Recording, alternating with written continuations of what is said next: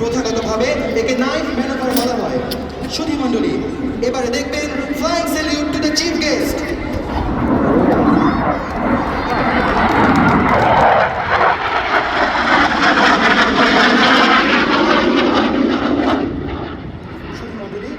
রাষ্ট্রপতিকে এইমাত্র মিগ-29 যুদ্ধ বিমানটি ফ্লাইং স্যালুট করলো।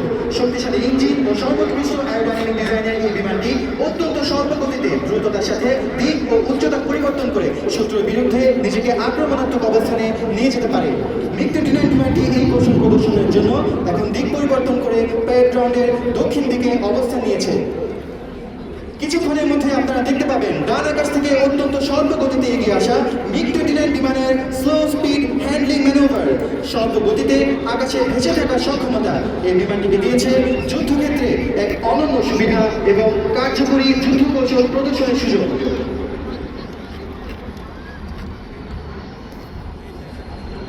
সুধী মণ্ডলী, মিগ-29 বিমানটি প্রদর্শন করছে স্লো স্পিড হ্যান্ডলিং ম্যানোভার।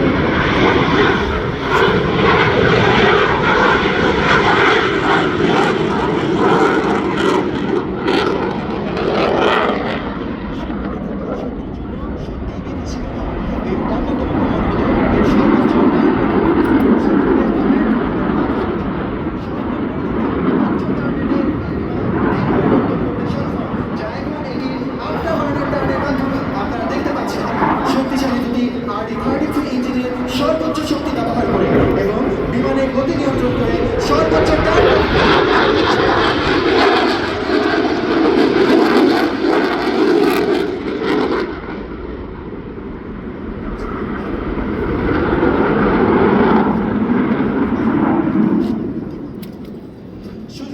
আপনারা দেখতে পাচ্ছেন আফটারবার্নার প্রদর্শনের পর মিগ-29 বিমানটি অবস্থান নিচ্ছে প্যারেড গ্রাউন্ডের দক্ষিণ প্রান্তে ইনভার্টেড ফ্লাইং প্রদর্শনের জন্য।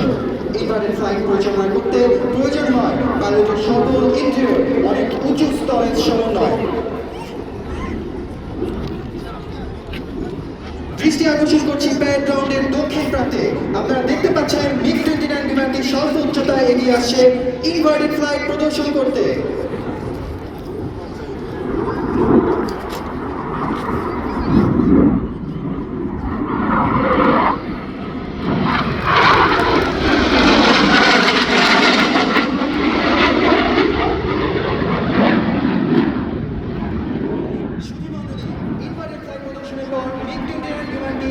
অবস্থান নেবে প্যারেড গ্রাউন্ডের উত্তর পশ্চিম প্রান্তে আজকে চূড়ান্ত প্রদর্শনীর জন্য।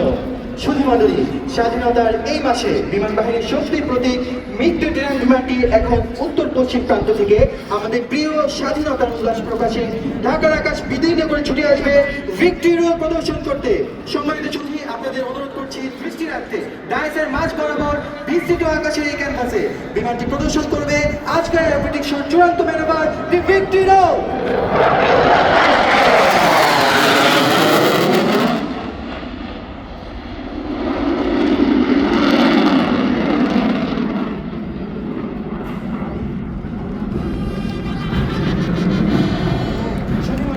এই মধ্যে শেষ হলো বাংলাদেশ